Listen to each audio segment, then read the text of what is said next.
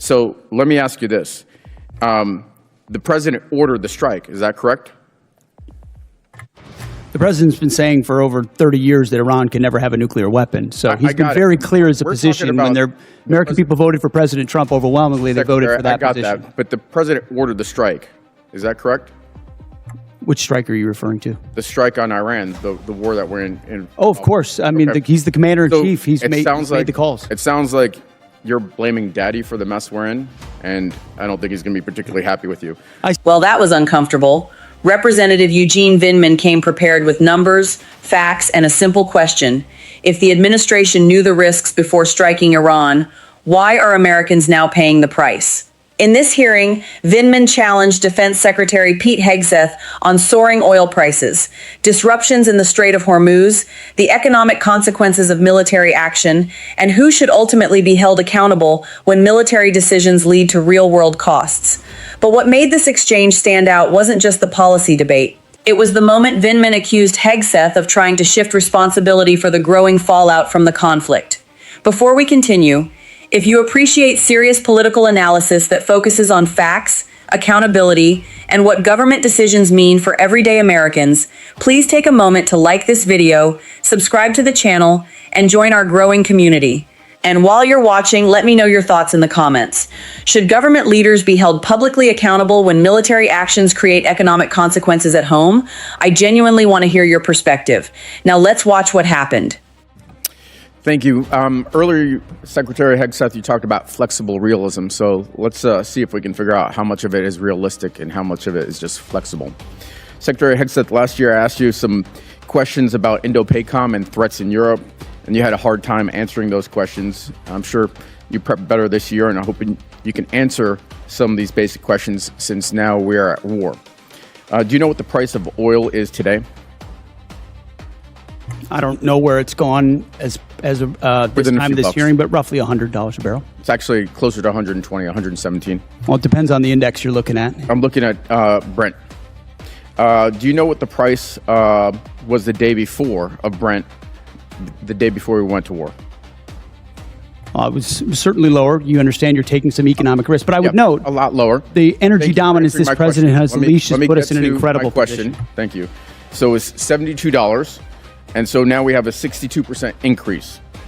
By the way, the department obviously will be paying those extra fuel costs. That's going to be not insignificant, but so will the American people. Now, at its narrowest point, how wide is the Strait of Hormuz? I think it's about 12 miles, but I'd have to check. It's 24 miles, but 12 miles is actually the relevant number because that's the navigable channel. That's the international water navigable channel point. And do you know how many barrels of oil transited the Strait of Hormuz each day before the war started? I don't know the exact number, but you're looking at over 100 oil tankers usually transited a day, or 120 a day would transport the strait. Yeah, and so 20 million barrels a day, and right now they're at an 81% reduction. So it sounds like you've done your homework. You're tracking pretty well what the strategic situation is. So a couple of questions. Were you aware that if we struck Iran, that they would most likely close the Strait of Hormuz? Of course, our department was prepared and planning for every possible contingency, being front and center as something they may do in a desperate state to attempt to which is what they've done, some kind of control. And I appreciate that.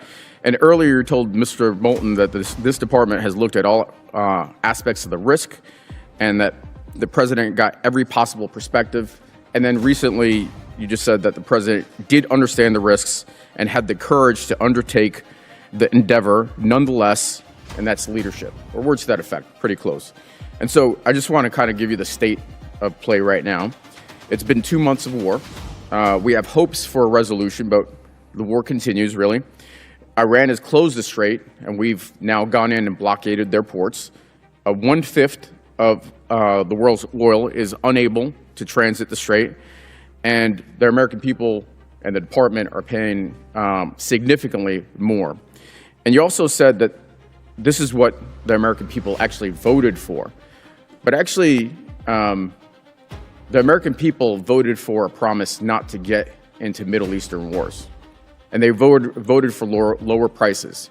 And this is the exact opposite of what they got. So let me ask you this.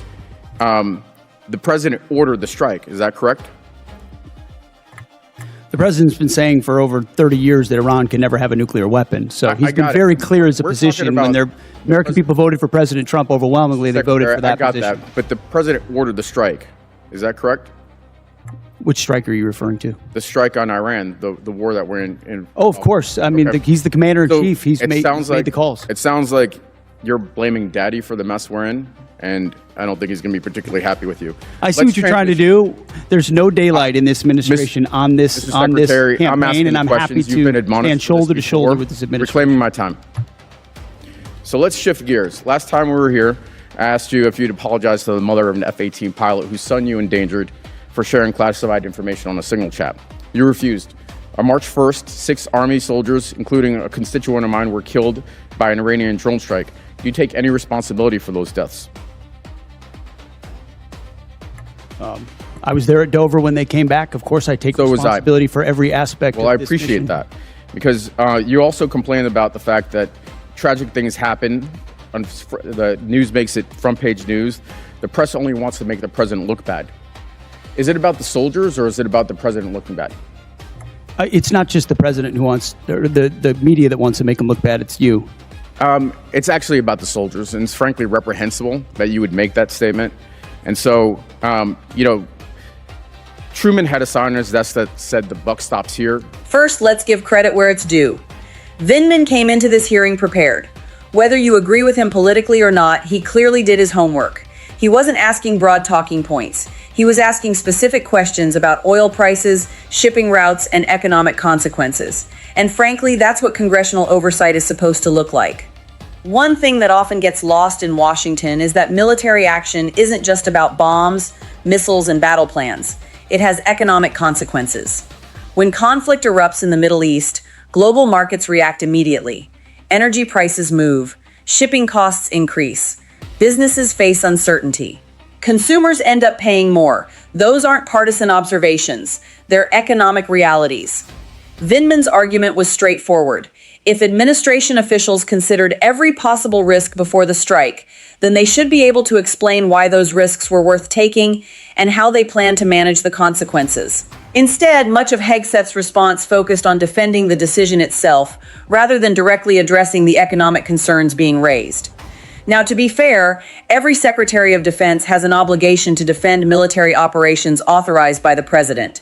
No secretary is going to sit before Congress and casually criticize an active operation. That would be unrealistic. But congressional hearings exist for a reason. Members of Congress are supposed to ask uncomfortable questions. And when American families are paying more at the gas pump or watching instability spread across a region, those questions become even more important. The second major issue raised in this exchange was accountability. Vindman repeatedly tried to establish a simple chain of responsibility. Who made the decision? Who assessed the risks? Who owns the consequences? That's not a Democratic question. That's not a Republican question. That's a constitutional question. In a democracy, leaders are accountable for their decisions. If military action succeeds, leaders deserve credit. If military action creates unexpected costs, leaders should answer questions about those costs. That principle shouldn't change depending on which party occupies the White House. Then came the line that instantly grabbed attention. It sounds like you're blaming Daddy for the mess we're in. Now, politically speaking, that was classic congressional theater. It was sharp, it was provocative, and it was clearly designed to force Hegseth into defending both the policy and the president simultaneously. Some viewers will love that line. Others will think it crossed the line. But regardless of where you stand, it shifted the hearing from a policy discussion into a direct confrontation. And that's why the clip has spread so quickly. The final section may have been the most serious. Vindman brought up the deaths of 6 American soldiers and asked whether Hegseth accepted responsibility. Hegseth responded that he takes responsibility for every aspect of the mission and noted that he was present when the fallen service members returned home. That was an important moment because it moved the discussion beyond politics. Behind every policy debate are real people, real families, real sacrifices. That's something every American should remember, regardless of party affiliation. As Democrats, we can support a strong military while still demanding accountability from civilian leadership. Those ideas are not in conflict. In fact, accountability is one of the foundations of responsible national security policy. And that's ultimately why this hearing matters. It wasn't just about Iran. It wasn't just about oil prices. It wasn't even just about Pete Hegseth. It was about whether government officials are willing to answer tough questions when Americans bear the costs of major decisions. This hearing showed exactly why oversight matters.